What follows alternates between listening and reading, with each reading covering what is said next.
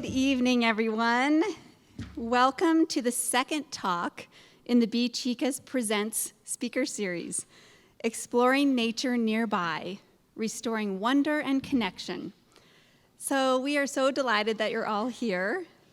I'm Cynthia Scott, one of the 4 BeeChicas, and we're all here tonight. Teresa Beck, Deborah Foy, and Tracy Belhumer. Big thank you to Kathy Lane, who is out manning the doors right now, and the whole team here at the Boulder Library. I'd like to ask for a huge round of applause for the Boulder Library Foundation, who makes this free series possible.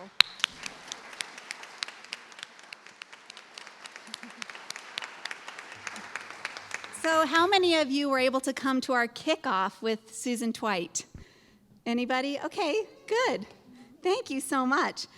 You are in for another treat tonight.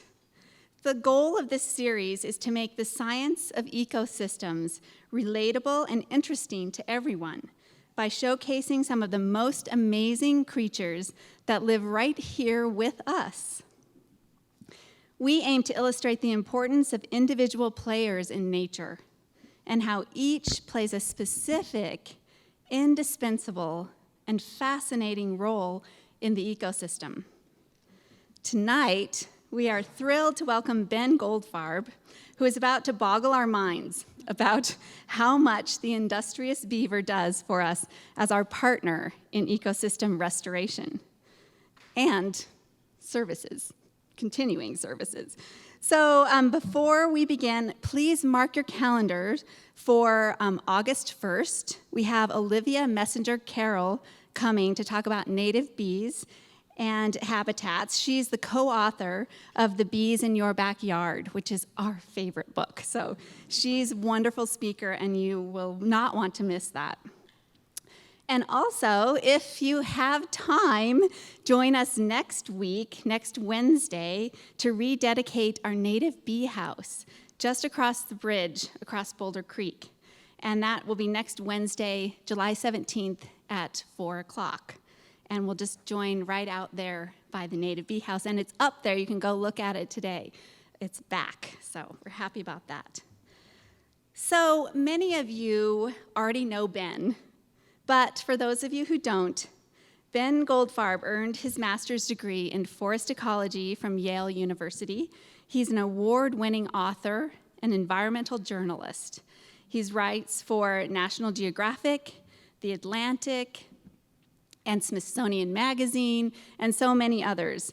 The New York Times named his recent book, Crossings: How Road Ecology is Shaping the Future of Our Planet. So the New York Times named this book one of our best books of 2023. And you also may have caught the glowing review on NPR if you listened to Science Friday last week, and you can listen to that now as well. It was a great interview on NPR. Most relevant to tonight's talk, I can highly recommend his book, Eager. It won the Penn E.O. Wilson Literary Science Writing Award in 2019. And you can purchase a copy of his book in the lobby after the talk. He's going to hang around a bit. He'll sign your book for you. And we are so happy to have a fellow Coloradoan making his home in Salida now. And one little fact that you may not know, or you may, is that Ben's dog is named Kit, which is what you call a baby beaver. So we are just so happy to have Ben here to enlighten us with his story, Damn It, Partnering with Beavers to Heal the Planet. Thank you so much for being here. Welcome, Ben.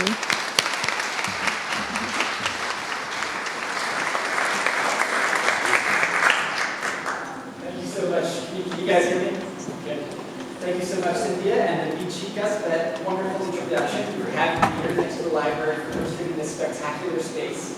Thanks to all of you for being here as well. This is my first time speaking at the invitation of a group that supports pollinators, but it really is an apt connection, I think, right? Because bees, of course, show us how interconnected nature is, and beavers do the exact same thing. We'll talk about that this evening. So tonight I'll be talking about this idea of partnering with beavers to heal the planet, working with these incredible industrious animals to achieve all kinds of important environmental goals. But before we get into this kind of beaver partnership, I think it's important to establish a few basic beaver facts about what these animals are and how they make their living. So for starters, what is a beaver? What kind of animal are we talking about here? Somebody just shout it out. What's a beaver? Rodent. Yeah. They're North America's largest rodent. How much does a beaver weigh? What's a typical adult beaver? 60 pounds. Yeah, 40 to 60 pounds. They're pretty big animals. What's the world's largest rodent, by the way? You did that?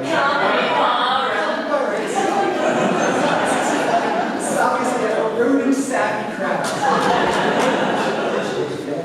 And beavers, of course, they're semi-aquatic rodents, right? Which means they spend pretty much their whole lives living in and around water. And they've got a number of wonderful adaptations to this unique semi-aquatic niche they fill. They've got extraordinarily dense pelts, so they have as many individual hairs on a postage stamp-sized patch of skin as we have on our entire heads, right? So remarkably dense fur. That was their downfall, as you probably know. We'll talk about that in a minute. They've got these wonderful, your mic. Oh, okay. Yeah, go for it.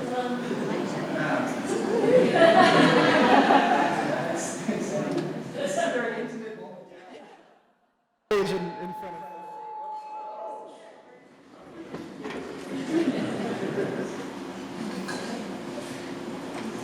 Okay. How does that sound? Much better. All right, fantastic. Thank you, Sam. Thanks, Ben, in the back for handling this. So, beavers, they have these wonderful webbed duck-like hind feet, so they're very powerful, agile swimmers. How long can a beaver stay underwater? Any guesses about that one?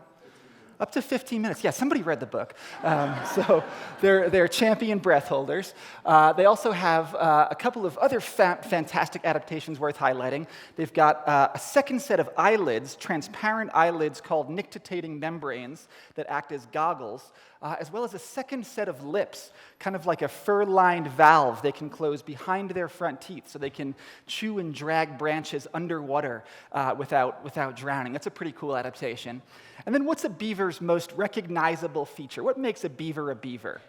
The tail, right. So what do they use that tail for? What is the point of that weird multi-purpose appendage? Yeah, I heard it out there, right? The tail slap. It's an alarm system, right? They whack their tails on the water to warn other beavers about the presence of predators. So if you hear that tail slap, you're probably the predator they're worried about. What else do they do with that tail? Balance, yeah, it's a kickstand out on land, it's a rudder while they swim, and it's a fat storage device. So they actually put on fat for the winter in their tails. I think that's pretty cool. And the other fantastic beaver feature is their teeth, right? And their teeth, you can see in this picture, are basically self-sharpening. Their top and bottom incisors kind of grind each other down into nice points.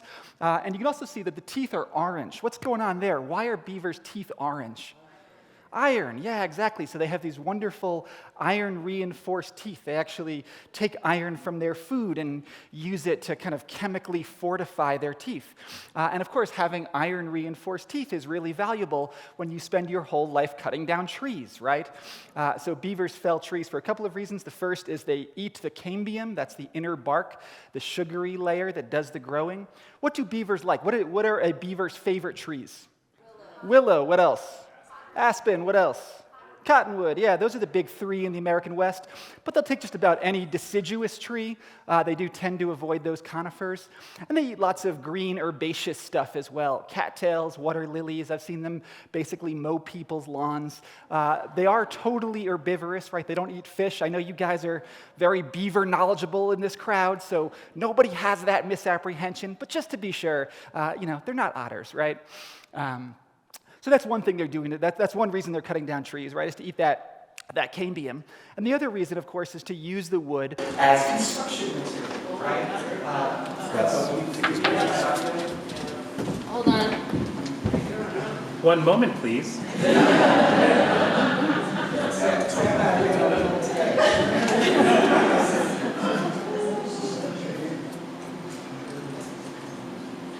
We have any beaver jokes out there?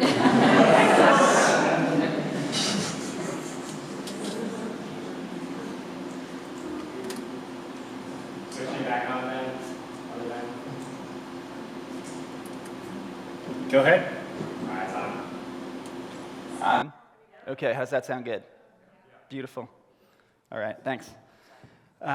Okay, cool. So they're cutting down trees for two reasons, right? They're eating that cane beam, that inner bark, and they're using the wood as construction material. And there are two basic types of beaver structure.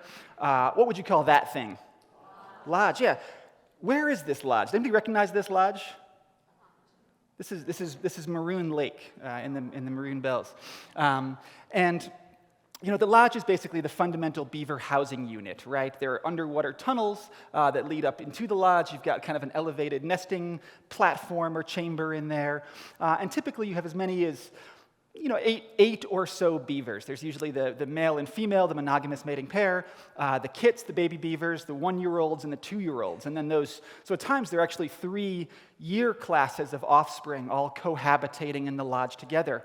Brothers and sisters kind of helping each other out.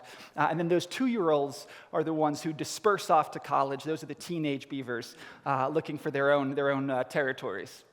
So that's the lodge, and the lodge comes in all kinds of different shapes and sizes. Often you see these freestanding island lodges. More common, I think, are these kind of bank-attached lodges. And then they'll sometimes, just dig sort of burrows into the bank and top it off with sticks as kind of a ventilation shaft. And so, they can live pretty inconspicuously, rather, in those river banks. And that's Kit, my dog, so you can see what a one-track mind I have, right? So that's the lodge, that's the beaver housing unit. And then what would you call this thing? A dam, right. So why do beavers build dams? What is the point of this unique, specialized behavior that no other animal besides us really does? What are they doing when they do that? They're creating lakes, right. So why would you want a lake if you're a beaver? Transportation, that's part of it. Yeah, better. I heard somebody say protection, right? And I think that's probably the most important reason. If you're a beaver on land is basically a fat, slow, smelly meat package, right? What eats beavers? Wolves, yeah, wolves love beavers. What else? Mountain lions, what else? Coyotes will take young ones, bears. Yeah, somebody said everything, right? I mean, any large carnivore is going to take a beaver. So by building that dam and spreading that water out across the landscape, they're basically engineering their own shelter, right? Instead of having to walk overland to that good-looking aspen stand and risk being eaten by a wolf along the way, they can swim as close as possible to it. Instead, cut the tree down, float it back to the lodge, all while minimizing their time out of water, right? So they're doing that to just enhance their own habitat and security. And, these beaver dams come in all kinds of different shapes and sizes. I think it's important to note that not all beavers build dams, right? There are obviously plenty of beavers living very happily in the main stem Colorado River, where there's plenty of water depth, and they're just tunneling into the banks and just doing their thing, right? They're only building dams when they have to up in these higher order tributaries where they really need that water depth to be safe from predators, right? But where they are building these dams, they're typically building one big primary dam and then up to a dozen or so, in some cases, smaller secondary dams. And here are just a few spectacular beaver dams. This one's up Clear Creek in the Arkansas Valley. I just love the perfect radial symmetry of this arc. That's really nice. And you can see also, too, that they use a lot of rock in their dam. It's not just sticks and mud. They carry those rocks in their little front paws, balanced on their hind legs. It's quite adorable to see.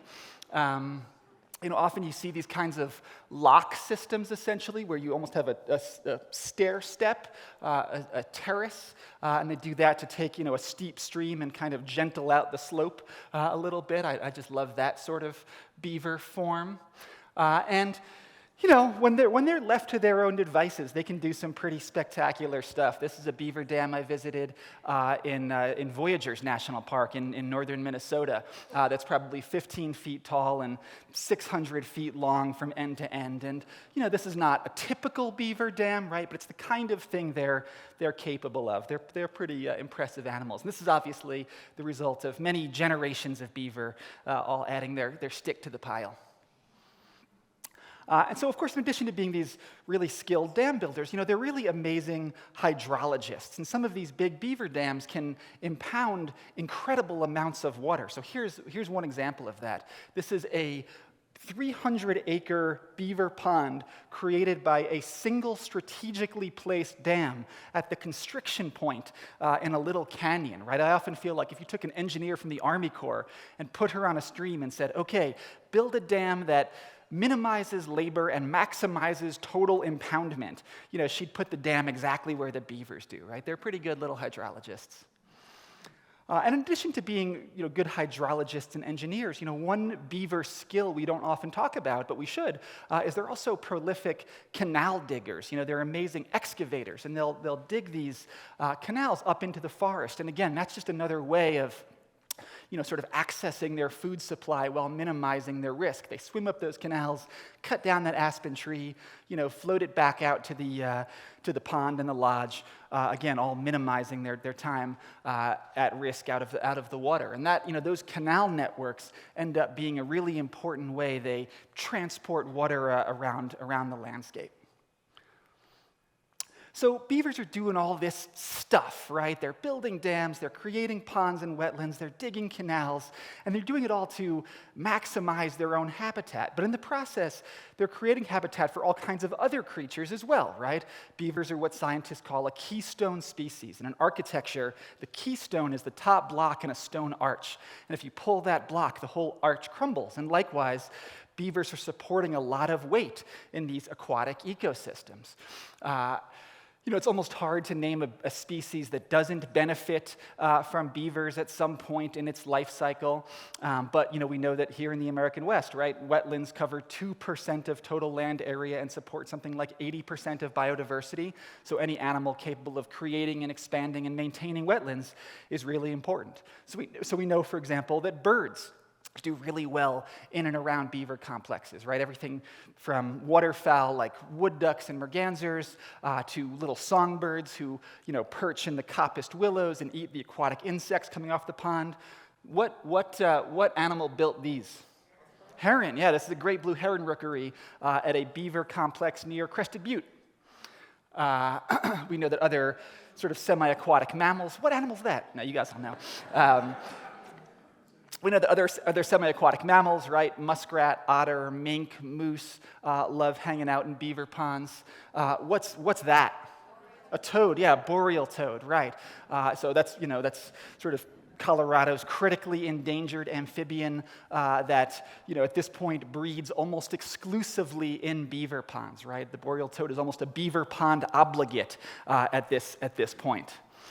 So those are some of the famous classic connections, birds, amphibians, other mammals. But, one of the great things about beavers is that you can't go to a beaver complex and not see something weird and interesting and cool, right? So here are a couple of good examples of that. This is a beaver pond also in Minnesota. Here's the old dam.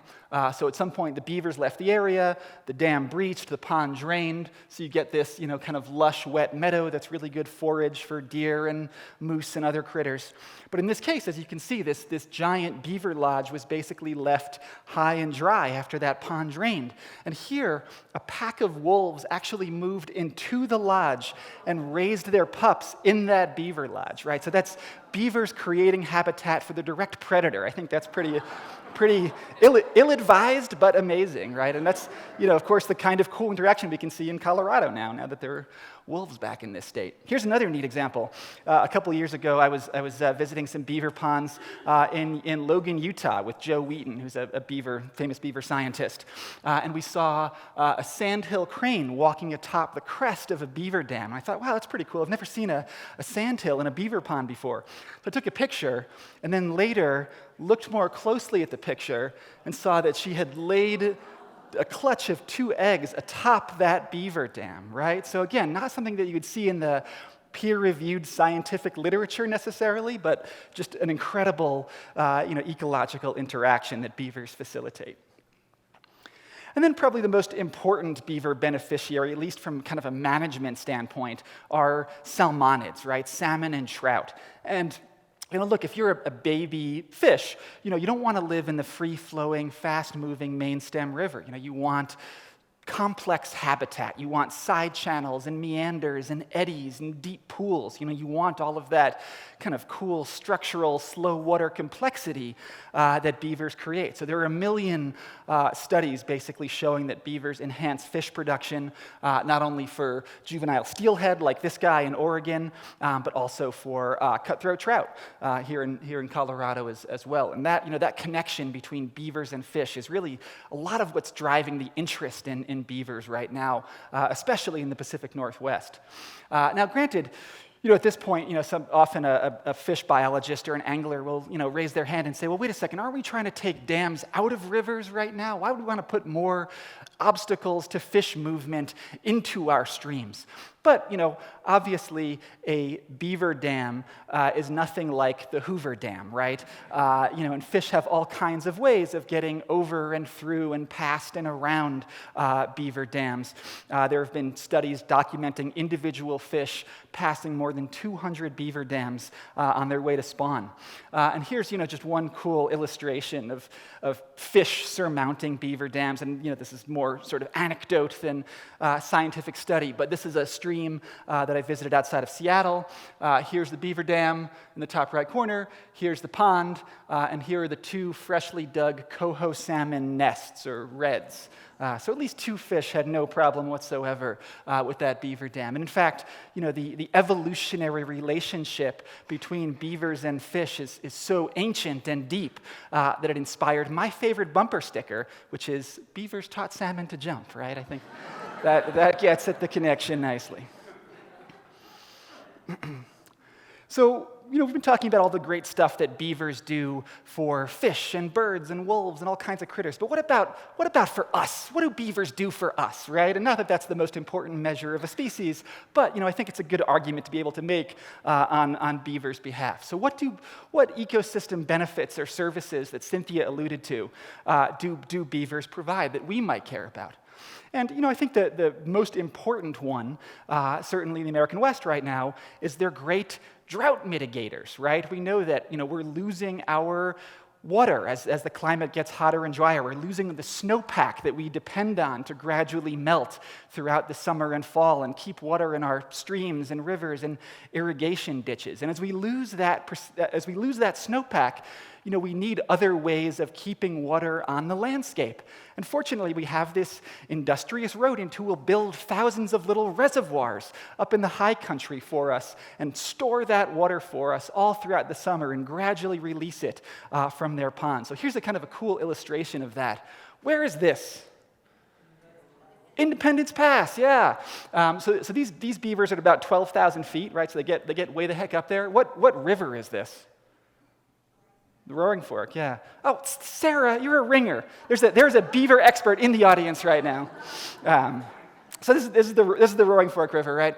And you can see, what you can basically see is that this stream comes winding along this kind of sinuous sine wave, and then it hits all of these linear features, right? These beaver dams, and those dams are just storing hundreds of thousands, if not millions of gallons of water up in that valley and gradually releasing it, throughout the summer. And I think one important thing to know about these beaver complexes is that when you look at a beaver pond, there's all of this visible surface water that you see, but what you don't see is the weight of that pond forcing water into the ground, and as the water spreads out laterally onto the floodplain, it's soaking into that kind of floodplain sponge, and that subsurface water is also slowly moving downstream and then percolating back up, through the stream bed and contributing to those flows, right? And in fact, there have been studies estimating that there's 5 to 10 times as much groundwater storage happening in a beaver pond as surface water storage, right? So that ability to just keep water on the landscape for us and keep water in our streams, that's probably the most important thing that beavers do, but certainly not the only thing that beavers do. In addition to being amazing flood or drought mitigators, they're also great flood attenuators, and that seems kind of counterintuitive, right? Don't beavers cause floods? But in fact, you get a big pulse of rainwater racing downstream after a storm, tearing up ditches and stream banks and property, and then it hits that beaver complex. And those beaver ponds capture that water or spread it onto the floodplain or sink it into the ground. There have been studies estimating that beavers are capturing up to 30% in some places of these big, potentially destructive stormwater flows. And this is actually a beaver pond in Scotland where Eurasian beavers have been reintroduced primarily for their flood control benefits, right? So I think it's worth taking a moment to kind of contemplate how magical that is. We have these two polar opposite problems, flood on one end, drought on the other end, both exacerbated by climate change, and beavers are helping us tackle both of them by stabilizing those flows. I think that's pretty cool. Beavers are also fantastic irrigators, right? Again, they spread water onto the landscape, that water soaks into the ground, hydrates the soil, raises the water table, and grows plants, right? In working on this book, I spent a lot of time talking to ranchers who are really in favor of beavers. This guy is James Rogers. He's a rancher in northeast Nevada who observed that beavers increased forage production on his ranch tenfold, right? Which means, more weight on his cows and more money in his back pocket, right? So there are lots of ranchers out there, including in Colorado, guys whose dads shot beavers in their ditches and whose dads shot beavers. And they're embracing these animals because they've seen these kind of incredible, sub-irrigation benefits. Beavers are also wonderful pollution capturers. You get a stream that's racing along, it's carrying nitrates and phosphates and heavy metals from historic mining and pesticides and herbicides and all kinds of pollutants. And it's carrying all that stuff along, and then it hits that beaver pond and the stream loses its energy and all of those suspended solids settle out and are entrained in many layers of sediment. So there are lots of studies showing that beavers are fantastic for water quality. And they're also sequestering a lot of carbon, too. All of that material that they're capturing is, a lot of that is organic matter, so they're storing carbon in their compounds as well. And then probably the most the most exciting novel beaver benefit that we're coming to understand now is they're great firefighters, right? Water doesn't burn, obviously, and by spreading water out, they're creating these amazing fire breaks and fire refugia. So you get a big, mega fire, like the troublesome fire, and beavers are creating these green wet spots on the landscape that animals can retreat to and survive and then repopulate after the fire. And here's just one illustration of that. This is a fire in Idaho. This is a famous picture. And you can see that all of the uplands have been burnt to a crisp. And the last, green, wet, blue, lush place on the landscape is that beaver-influenced valley bottom, right? So those, that effect, beavers as firefighters, that's such a profound interaction that Emily Fairfax, the scientist who did a lot of this beaver fire research at Colorado State, she proposed that the U.S. Forest Service change its mascot from Smokey Bear to Smokey Beaver, right? And personally, I like Smokey Bear. I think he's pretty cool. So we don't need to get rid of him altogether. But he can have like a beaver sidekick or something. I think that would be kind of fun. So, how many beavers do we have in North America today? How are these animals doing? Somebody just shout a number out there. How many beavers are out there on this continent right now doing their thing? 200,000? A little more. Yeah, 8 million. That's the right ballpark. Probably 10 to 15 million, right? So they're doing okay. They're not an endangered species. They're not going to go extinct anytime soon. But then you start to wonder, well, wait a second. How many beavers did we used to have? How many beavers were on this continent at the time of European arrival? Any guesses about that? Yeah, it's several gajillion. We don't really know, but the kind of the estimate that's out there is as many as 400 million beavers. I think several hundred million is probably a pretty safe guess. There have been studies showing that there are perhaps 200 million beaver ponds in North America, and a little bit of back-of-the-envelope math suggests that they impounded something like 230,000 square miles, which is, for reference, the size of Arizona and Nevada put together. That's how much land may have been underwater thanks to beavers. And I think one of the important things to remember is, this idea that beavers are ecosystem engineers and keystone species. That's obviously not a notion that's new to Western science, right? And indigenous people in North America have had relationships with beavers for thousands of years that reflected their very sophisticated understanding of beavers' ecological importance. So, for example, the Blackfeet in Montana actually considered beavers sacred and didn't kill them because they recognized that, hey, in this arid Western landscape, these animals are creating ecological oases for elk and bison and all kinds of other important game species, right? So again, obviously, the idea that beavers are good is something that Western science is rediscovering, but that Native people have known for a very long time.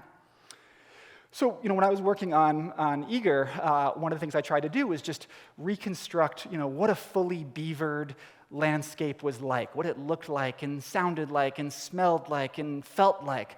So I spent a lot of time looking at trappers' journals and explorers' diaries and railroad survey reports, just trying to reconstruct the castor scene, the beaver era. Some of the best accounts come from Lewis and Clark, who describe seeing beaver dams up every single tributary of the Missouri River as far as the eye can see up to the mountains. There are accounts from explorers crossing what is today desert in southeastern Wyoming and finding lush marshes full of waterfowl, or explorers crossing Indiana, or what is now Indiana, and not finding a dry place to camp for 100 miles because beavers had just ponded everything up, right? There's no question that we once inhabited a much greener, bluer, lusher continent than we do today. So that was in 1805 that Lewis and Clark described seeing beaver dams as far as the eye can see up every tributary in the Missouri River in Montana. In 1843, just 38 years later, John James Audubon, of course, the naturalist and ornithologist and painter, he traveled the exact same route. And he was kind of off of birds and onto mammals at that point. He was trying to find a beaver to paint. And he couldn't find a single beaver in the entire Missouri River, where they'd been ubiquitous just 38 years earlier. So what happened to beavers in less than 40 years? Where did they go? What did they turn into? They turned into hats, right, exactly. I think we hear the phrase beaver hat, and sometimes I think of like a big fluffy Davy Crockett type of thing. But in fact, beaver hats were these, elegant Victorian style top hats that were all the rage back in Europe. The fur trade really begins in the early 1600s in New England and spreads pretty rapidly west and south across the continent with white trappers and traders just annihilating beavers in every single river, lake, stream, and pond they encounter. It's really hard to overstate the historic significance of the fur trade as this driver of American affairs prior to the Civil War. I mean, practically every significant event has some kind of beaver connection. The American Revolution, one of the British offenses that angered the colonists was denying them trapping grounds in the Appalachians. The Louisiana Purchase, that was partly fueled by Jefferson's desire to secure new areas for trapping. And of course, it was those white fur trappers and traders who spread smallpox and other diseases that ravaged many native tribes. So the story of the fur trade is really the story of early American history and all of its kind of grandiosity and tragedy. And here's just one illustration of that. This is a beaver coin that was minted by the Oregon Territory. And the Oregon Territory was basically everything from the Pacific Ocean to Wyoming. So something like a quarter of the country was the Oregon Territory at one point. And so they minted these beaver coins, and the value of one beaver coin was fixed to the value of one beaver pelt. So the entire economy of a quarter of the country operated on the pelt standard, right? I think that's just really astonishing.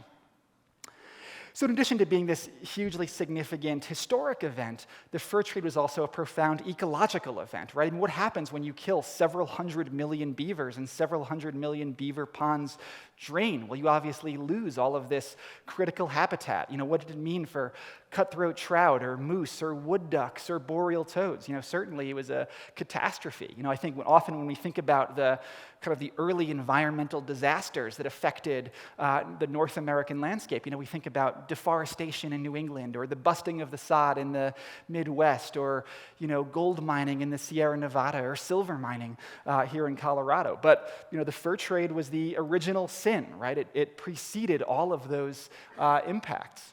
Again, it's almost hard to fathom what a catastrophic loss of habitat that was. But here's just one kind of classic loser. This is a coho salmon, and there have been studies basically estimating that the loss of beaver ponds contributed to a 97% loss of juvenile coho salmon rearing habitat, right? So just, again, think about all of the critters out there, for whom the loss of beavers was this kind of aquatic dust bowl, as some historians described it. I think, again, we don't fully recognize the many ways in which the loss of beavers changed the landscape. But, think about a beaver-filled stream where all of those beaver dams are acting like speed bumps, right? They're slowing the water down and spreading it out. And when you lose those beaver-built speed bumps, there's nothing checking the velocity of water. So you often get this kind of dramatic erosion or incision where streams just cut through their banks all the way to bedrock and lose the ability to spill onto their floodplains and create those wetlands that we care about, right? So I think that often, we see this sort of degraded stream, and there are thousands of miles of stream like this all over the American West, and we think, oh, that's probably the result of overgrazing or logging or mining or some other impact. But in so many cases, this is strictly due to the loss of beavers, right? This is actually a stream in Yellowstone National Park, which was not affected by any of those other anthropogenic impacts, but it did lose its beavers, and this is the result. So, by 1900 or so, the beaver population has kind of reached its nadir. We've gone from several hundred million to around 100,000, pretty much all up in Canada. The beavers are sort of functionally extinct in the lower 48. You would have been very hard-pressed to find a beaver anywhere in Colorado. But fortunately, as the century turned, we start to wise up a little bit, right? And to say, hey, wait a second, these animals are worth more alive than dead, as Enos Mills, the grandfather of Rocky Mountain National Park, put it. And various states, including Colorado, begin to reintroduce beavers using animals from Yellowstone or from Canada, primarily. So all of these states are bringing back beavers. Probably the most famous beaver reintroduction occurred in Idaho in the 1940s. This might be familiar to some of you, but basically in 1948, the state of Idaho was trying to return beavers to what is today the Frank Church wilderness area. And first they tried moving the beavers on horseback. The horses didn't like that very much. But, it was just post-World War II. They had all of these surplus airplanes and parachutes on hand. And one of these Idaho Fish and Game biologists had the bright idea of putting beavers in those special crates that you just saw and chucking them out of airplanes. And you can, for a long time, this was believed to be possibly apocryphal that this ever happened. But in around 2015 or so, I think, a librarian actually rediscovered this footage in the basement of an Idaho Fish and Game office. So shout out to libraries, right? Pretty cool. So in 1948, they released 76 beavers this way. 75 of the beavers survived. One beaver, unfortunately, escaped from the crate in midair and fell to his death. Very sad. But the next year, when they flew back over this landscape, they actually saw beaver ponds and wetlands in all of the places where they'd airdropped them, right? So this was incredibly successful at the time. Nobody, to my knowledge, is chucking beavers out of airplanes anymore. But if somebody wants to write a grant for that, I'm sure CPW would be stoked. So all throughout the 20th century, right, we've got beavers recovering. They're being reintroduced. They're being thrown out of airplanes. Some states are sort of restricting trapping, and beavers are starting to return to their historic habitat. There's only one problem, which is that in their absence, we've colonized all of that habitat, right? It turns out that good beaver habitat and good human habitat is, one and the same. We both like low gradient stream corridors and broad fertile floodplains. That's where they build their dams, and that's where we put our roads and railroads and power lines and fiber optic cables and all of our infrastructure, right? And, look, I'd argue that we're the nuisance species more than they are most of the time. But, you have to acknowledge that these animals can be difficult at times to coexist with. So here's just one example of that. This is a set of railroad tracks in Massachusetts that I visited. This big sort of like multi-million-dollar track laying project, and beavers had it underwater in 3 months. Here's another good illustration of beaver conflict. This is a little cabin I stumbled upon along the Rio Hondo in Taos, New Mexico. And you can see the cabin's been totally flooded. But I like this picture because what you can see here, sort of, is that the beavers begin their dam in the top left corner of the screen. God bless you. They dam up to the base of the cabin, then they incorporate the cabin in the dam, and then they keep going on the right-hand side, right?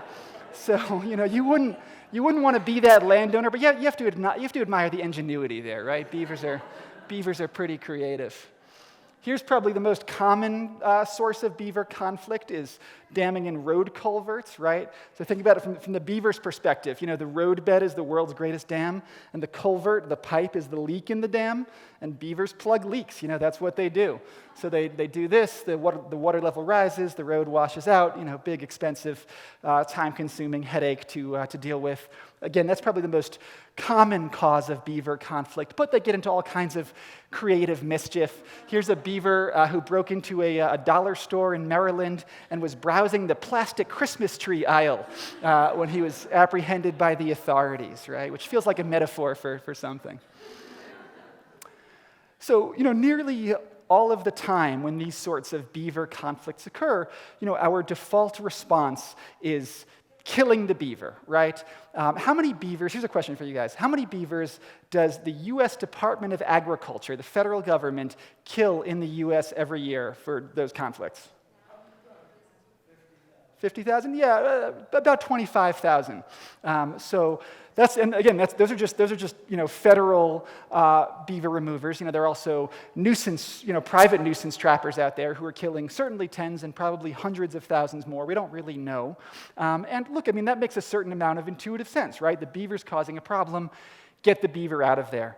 The issue with that is twofold. First, of course, is that when you eliminate the beavers, you're also eliminating all of those great ponds and wetlands that we care about. But also, when you take out the beavers, all you're doing is putting up a vacancy sign for the next family of beavers, right? So as long as that culvert is still there, beckoning to them, they're always going to come back. And so there are all of these communities all over the country, including in Colorado, who are engaged in these very expensive, and I would argue ecologically nonsensical cycles of trapping and recolonization and trapping and recolonization, right? So you start to wonder, well, maybe there are some better ways of dealing with these conflict beavers besides killing them. And, certainly one option is relocation, right? Live trapping beavers, typically on private land where they're causing conflict, and then moving them typically to public land, national forests, where they can do their thing, up in the headwaters, far from human property. And, certainly that's one good tool in the toolbox. CPW does its share of beaver relocation. It's a good option to save some beavers' lives potentially, and repopulate some of these drainages where the animals historically occurred. Here's Sandy and Chomper, a couple of beavers in northern Washington, about to go to their next home. But to my mind, even though relocation is, it's a valuable, again, tool in the box, it shouldn't be the first thing we turn to, right? Because again, you're not really solving the conflict. That culvert is still there, calling to new families. And also, a lot of the beavers that get relocated don't make it, right? Because they get dumped out in the landscape, they don't have a lodge and a dam and a pond yet, and they get eaten by a mountain lion on the first night, or they just don't stay where you put them, and they go downstream and get into another conflict, right? So again, I think relocation, it's good. It's a good thing to kind of have in our back pockets, but I think it makes more sense to solve these beaver conflicts on site and let the animals stay where they are whenever possible. So a couple of sort of techniques to accomplish that, beaver coexistence techniques. And the first is, and these are just not rocket science, right? And the first is just protecting trees, right? And lots of beavers get killed for cutting down trees, ornamental trees or fruit trees or what have you. And I just don't think that any beaver should ever be killed for cutting down a tree. That's just too easy a problem to solve. So here's kind of a neat case study. This is in Salida, where I live, where the city at a little reservoir, a little pond, had all of these beautiful old cottonwood trees that they didn't want the beavers to take, right? So they fenced off those cottonwood trees, and then they left unfenced the non-native Siberian elm trees, which the beavers took down, right? So that's invasive vegetation management using the beaver as your agent. I think that's, a cool example of the sort of progress we can make when we, think creatively and don't resort to killing these animals right away. Another option for tree protection is actually painting tree trunks with sort of this abrasive latex paint that beavers don't like chewing through. And here's just sort of a neat, colorful example. I think this is in Memphis, where an environmental group painted a bunch of tree trunks, which is kind of neat. There we go. So, that's tree protection, right? That's a pretty easy problem to solve. Beaver-caused flooding is a little more difficult, but, there too, we've got some good options. This is a guy named Skip Lyle, the inventor of a contraption called a beaver deceiver, which is part of this broader class of apparatuses called flow devices. Lots of different designs out there, but they basically all work the same way. You run the pipe into the culvert or through the beaver dam, and you're just moving water from the upstream side of the dam or the culvert to the downstream side, right? You're just keeping that flow going where the beavers try to block it up and build up that pond. And ideally, you can drop the water to a level that's amenable to both beavers and humans, right? You're kind of striking a compromise between, rodent and person. And then these cages are there to stop the beavers from plugging that pipe up, because they will do that. And here's just sort of a kind of a crummy job that some friends and I did in Eastern Washington a few years ago. But I think it illustrates the principle, right? You just run the pipe through the dam and just keep that water moving. And this is a case where we got called in because a landowner had her property flooded and she couldn't access most of her property. So we put this pipe in. There are no cages. Again, this is like don't do this. This is like low budget. This is bad. But it illustrates the concept, right? Which is that, water's moving through the dam, and you can see on these tree trunks that, within an hour, we've already dropped the level of the pond 6 inches or so, and just reduced that flooding. And, as far as I know, the beavers are still there, and the landowner is satisfied. And again, look, probably not every single beaver conflict can be solved with one of these things, but where they've been studied, they've been shown to be, 87 to 97% effective, depending on the device you're talking about. Look, there are obviously hundreds, if not thousands, of sites all over the country where, again, we're engaged in this, this treadmill of killing and recolonization, where we could be, installing these flow devices instead and making a lot of progress. And, fortunately, in some cases, we are. Here's a really nice culvert protection device in Breckenridge, close to downtown, which is doing its job and keeping beavers out of that culvert, right? So there are lots of great examples of beaver coexistence all over Colorado. And if you're having a beaver issue yourself, I would recommend contacting the Beaver Institute, which is exactly what it sounds like. Another really cool, emerging, important category of working with beavers and encouraging their recovery is beaver mimicry, right? Which is basically humans acting like beavers and building what are known as beaver dam analogs, these kind of artificial beaver structures. And the reason that, in some cases we need to do this sort of thing is that, if you can picture that really eroded, incised stream that I showed you earlier, that's a really hard place to be a beaver, right? If you try to build a dam in there as a beaver, the water is just concentrated between the banks, and it's just going to blow that dam out like a fire hose, right? And I think that's an important thing to remember, is that when we killed hundreds of millions of beavers, we actually reduced our landscape's capacity to support beavers today, right? So we actually have to do some sort of beaver mimicry or artificial beaver dam creation, to basically create the conditions in which the animals themselves can thrive, right? So this is a really sort of low-tech, cheap process, but essentially you just pound some posts into the stream bed, you weave some willow or straw or other material through those posts, and you're just kind of, you're just creating a little impoundment, you're capturing some sediment, and you're just creating, again, the conditions in which the beavers themselves can return and flourish.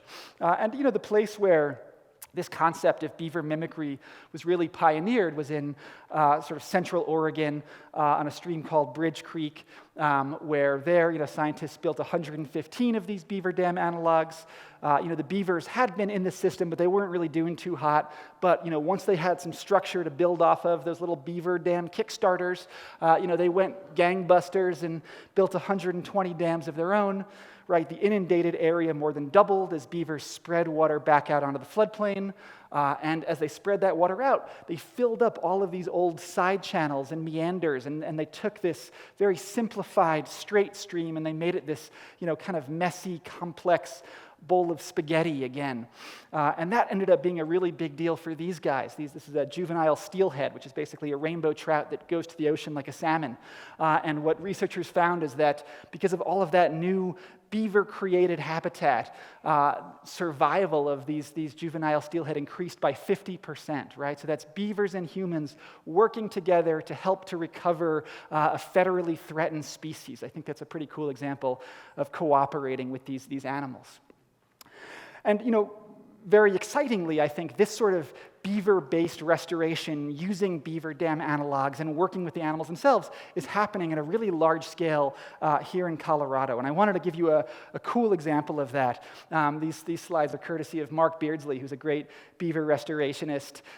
Is that a term? Sure. Down in the Arkansas Valley where I live. So this is a stream called Rough and Tumbling Creek, which is like the most badass name for a stream ever. This is near Fairplay. And this is what the stream looked like back in 2021, right before this restoration started. And I think most people would look at this stream and say, "Oh yeah, this looks pretty good, right? It's like a nice meandering stream going through an alpine meadow. That's pretty nice." But in 2022, Ecometrics, Mark's company, and the Forest Service, and a bunch of partners, kind of came together, and they installed around 50 of these beaver dam analogs and other beaver mimicry structures. And so you can see, going from this to this, right? All of these little beaver dam analogs are they're there. The stream's starting to get a little wider. They're starting to capture some water. Okay, it's doing a little better.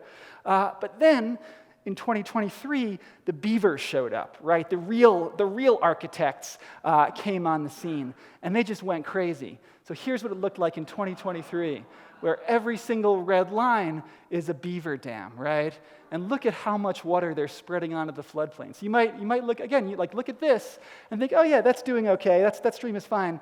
But the real goal is this sort of thing, where there's just water everywhere, and you have that complex pond and wetland habitat back on the landscape. And again, to me, the point of those beaver mimicry structures isn't the structures themselves. It's just encouraging the return and the recolonization of the real heroes, who are the beavers. And I think that most people working in this space would agree with that. So, given all of these wonderful beaver benefits we've been talking about, their ability to store water and fight fires and sequester carbon and capture pollution, why do we still have such an antagonistic relationship with them? Why do we still kill so many of them? And I think it comes down to this phenomenon of ecological amnesia, right? When we killed several 100 million beavers during the industrial fur trade, we changed the landscapes in ways that we don't fully recognize. And we internalized the notion of a free-flowing, fast-moving stream with a, gravel or cobble bottom as being nice and normal and, what a stream should look like. And this is a place that I'd want to go, catch a brook trout in the high country. when in reality, so many of our aquatic systems looked like this instead, right? There was water everywhere, and there are dead and dying trees, and the ground is kind of mucky, and it all smells like decomposition. And this is like not necessarily the kind of scene you'd see in an Orvis catalog or something. But we know that thanks to beavers, in so many cases, this kind of wetland system was more rule than exception in North America. So if we're going to fully embrace these animals and get them back, we have to reconfigure our own imagination in some ways and think differently about what our aquatic systems are supposed to look like. So to sum it all up, we have this fantastic animal. It provides all of these wonderful ecosystem benefits for us and for other species. It does it all for free, and best of all, it doesn't need permits. That's really nice too, right? So as the mantra of the Beaver Believer goes, let's get out of the way and let the rodent do the work, right? So with that, I'll say thank you guys so much. As Cynthia alluded to, I do have a new book out, newish, called Crossings, which is about road ecology, basically the study of how roads and nature interact and how we can solve some of those negative interactions with wildlife crossings and other cool innovations. That was just named a finalist for the Colorado Book Award, which was cool. It didn't win, but it was a finalist. That's pretty neat.